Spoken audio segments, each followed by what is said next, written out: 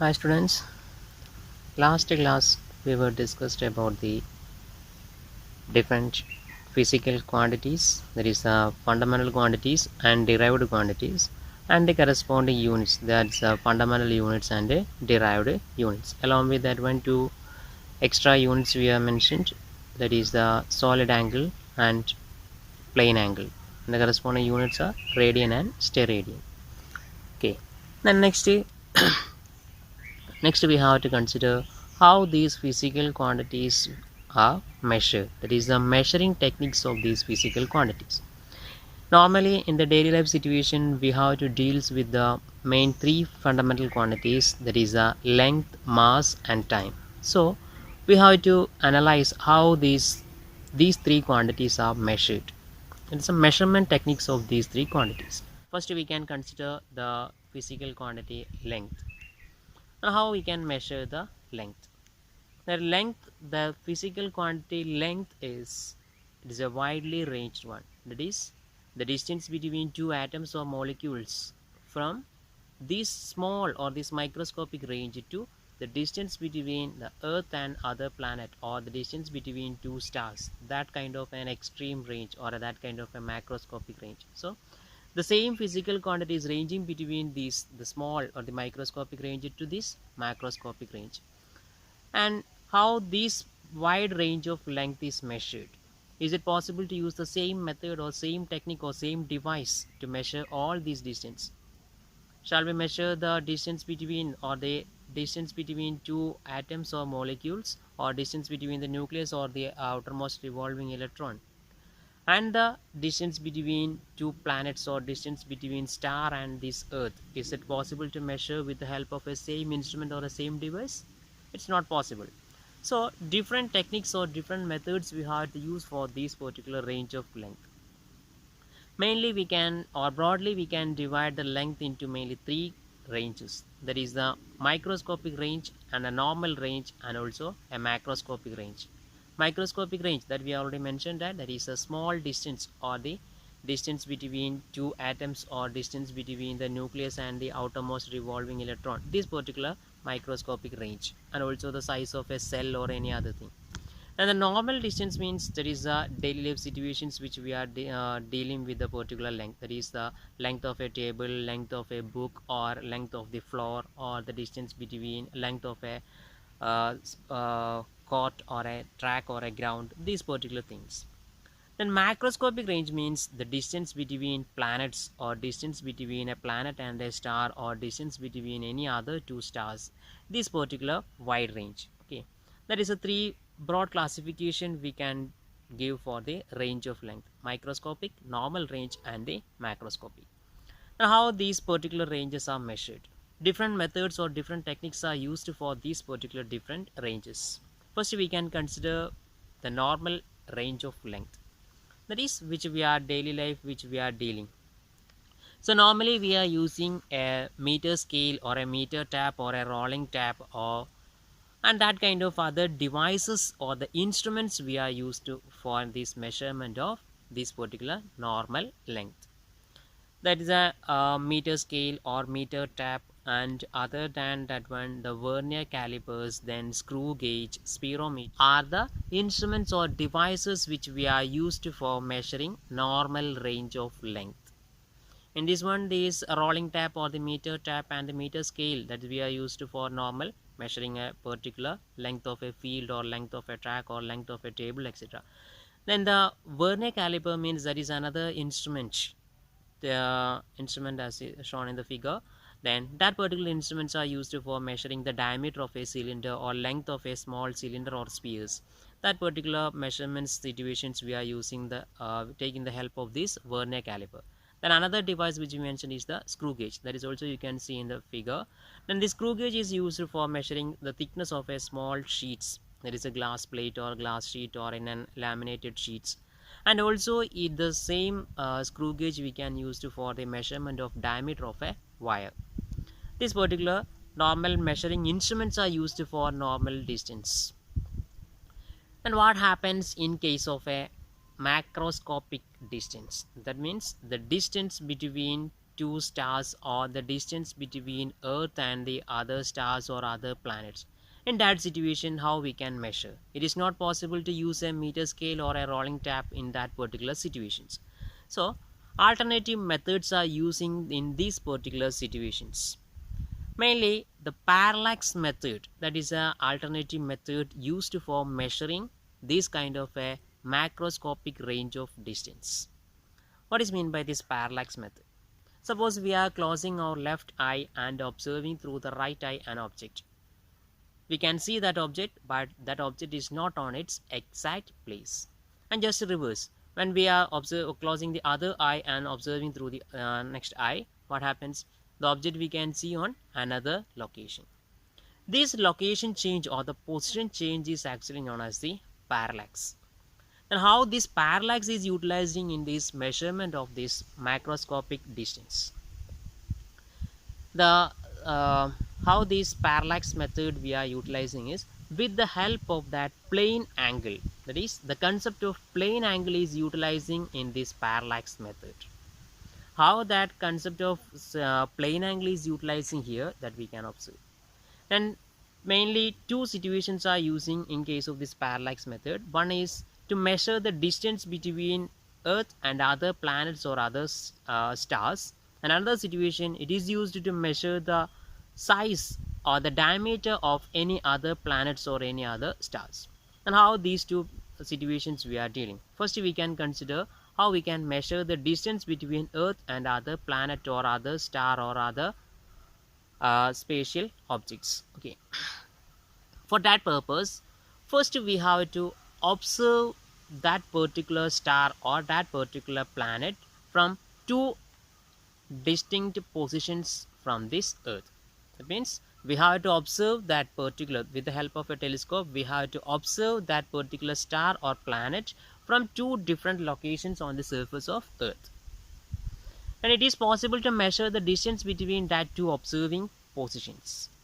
And also it is possible to measure the angle between that two observations. That is, from position location A and location B, we are observing the same planet or same star. Then the distance between this location A and B is possible to measure, and also it is possible to measure the angle between that two line of observations from the location A and the location B. So this angle is already known, and the distance between that two locations are also known. Then how we can, with the help of these two distances, how we can find the distance between the Earth and that particular planet. Then here this situation is in comparison with the plane angle. Here we know the distance between these two locations, that is the base. That means that we can consider instead of that r. Then here comes that angle between, the angle of inclination between the two line of observation is the inclined angle. Here that is known as a parallactic angle. Okay, that angle is already known. And we know that the particular situations, this plane angle or the particular angle d theta equal to ds divided by r, that we already learned. And here d theta means the angle of inclination. Here that is known as a parallactic angle, that is angle between that two line of observation. That angle is already known. Then that angle equal to ds divided by r, where ds is the distance between that two line of, or the distance between the 2 point of observations, the locations A and B, that is already known. And divided by r means that is a radius. That is, here that radius means the distance between that planet and the Earth. And just rearranging that equation, what becomes d theta equal to ds divided by r. Therefore the distance between the star and or the planet and the Earth are equal to what becomes, it's ds divided by d theta. And with the help of these values, we can find the approximate distance between the Earth and that particular planet. That is one method. Then in another situation, the same parallax method is using, that is in order to measure the size or diameter of a planet or any other star. And how we can use this parallax method in that particular situation.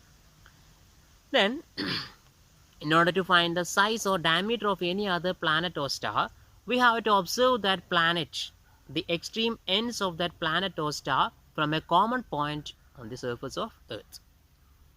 From a common point of observation, we have to first observe a point, the extreme point of that star, and with the same location we have to observe the other extreme point. Then also in this particular situation we have to measure the angle between that two line of observations. Okay, and here also a particular angle value is known. Then the distance between that star and or that planet and the earth, that we can find out, that is a known value that we can find is the using the previously mentioned method, the parallax method. Then average distance is already measured, then that distance is a known value, and the angle of observations is also known as the angle of inclination between the two observations is also a known value. And here also the angle theta or alpha, any notation we can use, the angle alpha equal to the arc divided by radius. And here arc means that we can consider as the size or diameter of that observing planet or that star, then divided by the radius. Radius means that is an average distance between that planet or star to the earth. That distance is already a known value. Then the angle value is already known. Then we have to rearrange that equation. What is the arc equal to angle into radius? That angle value is known, and the radius means that is a distance. With the help of parallax method we can find the distance between that planet and that earth, and that distance into the corresponding angle of observation. That gives what? The diameter or the size of the observed planet or star. This is the method, the parallax method, using to measure this kind of a large range or a macroscopic range of length. And how we can measure this, the third category, that is a microscopic range. That means how we can measure the size of atom, size of molecule, or distance between atoms or molecules, or distance between the nucleus and the revolving electrons or other things. Then certain instruments are available, but for that the instruments are also there exists a particular limit, such as this electron microscope or optical microscope, and that particular kind of instruments are available, but for that instruments there exists a particular limit of resolution. There is an up to a particular times it can be magnified, and we can measure that particular distance, or that particular we can take the particular measurements.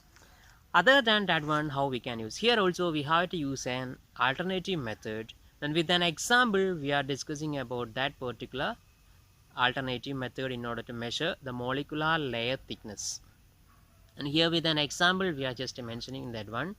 That means suppose we have to find the thickness of an liquid layer. Here for an example we are considering the oleic acid as an example. Okay, then we have to take a small amount of this oleic acid, then dissolve that 1 centimeter cube of oleic acid in an alcohol. That is, in order to decrease the concentration we have to obtain a single layer of liquid. For that one we have to dissolve that 1 centimeter cube of oleic acid in a 20 centimeter cube of alcohol. Then after that we have to take again 1 centimeter cube of that solution. That is, 1 centimeter cube of oleic acid is dissolved in 20 centimeter cube of alcohol, and from that 20 centimeter cube of dissolved alcohol we have to take again 1 centimeter cube of solution, and again it is diluted into 20 centimeter cube alcohol. That means first 1 centimeter cube of oleic acid is taken, and that is dissolved in 20 centimeter cube of alcohol. Then again we have to take 1 centimeter cube of that particular solution, and again mix with a 20 centimeter cube of alcohol. Now the concentration becomes what? 1 centimeter cube divided by 20 centimeter cube into 20 centimeter cube. That will be the concentration. That much centimeter cube of oleic acid per centimeter cube becomes the concentration of that oleic acid solution. Now then lightly sprinkle some lycopodium powder on the surface of water. Then add 1 drop of this solution, which we are diluted by adding 20 centimeter cube of alcohol, and again adding 20 centimeter cube of alcohol, and from that particular solution just 1 drop is added on the surface of water where we are sprinkled this lycopodium powder. Then after pouring 1 drop of this solution, what we can see, that lycopodium powder moves away almost in a circular form. and just measuring the diameter of that particular circular film of that oleic acid solution, and from that one, or with the help of that diameter, we can find the area of that particular thin film of liquid. Okay, then now we know the area of that particular layer of that liquid, and let us consider capital V as the volume of that drop which we are added on that surface. We know the volume and the particular area.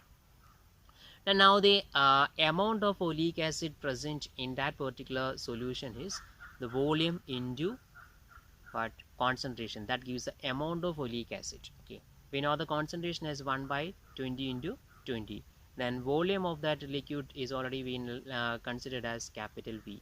Then now the amount of oleic acid in that particular thin film layer is that volume into concentration, that means V into 1 by 20 into 1 by 20. Okay, then that much centimeter cube is the amount of oleic acid in that particular layer. Now we know that if we know the volume and area, we can easily find out the thickness of that thin film layer, that is thickness T equal to the corresponding volume divided by area, and that is V divided by 20 into 20 into A, that becomes the corresponding thickness. It gives the approximate thickness of that molecular layer. We have diluted that oleic acid solution 1 centimeter cube, and why we are diluting this one means in order to obtain a single layer of molecule we have to require. In order to becomes it as a single layer of molecules, we are diluting this much. Okay, then now some other units are also available for this particular length, that is some of the units you may familiar, that is the Fermi, then Armstrong, then astronomical units, and also some light year, parsecond. These are the some other alternative units which we are used for representing length. Okay, the next we have to consider the measurement of next fundamental quantity, that is mass.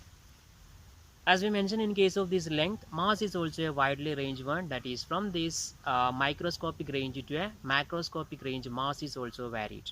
That is the mass of elementary particles such as electron, proton, neutron, and also these molecular masses, that comes under the microscopic range. And in between these one, we can consider the normal range of mass, that means the daily life which we are using, that is 1 kilogram, then 10 kilogram, that particular, and 1 gram, that particular normally handleable masses. And also the macroscopic range, that means the mass of earth or mass of star or mass of other planets, that is a macroscopic range.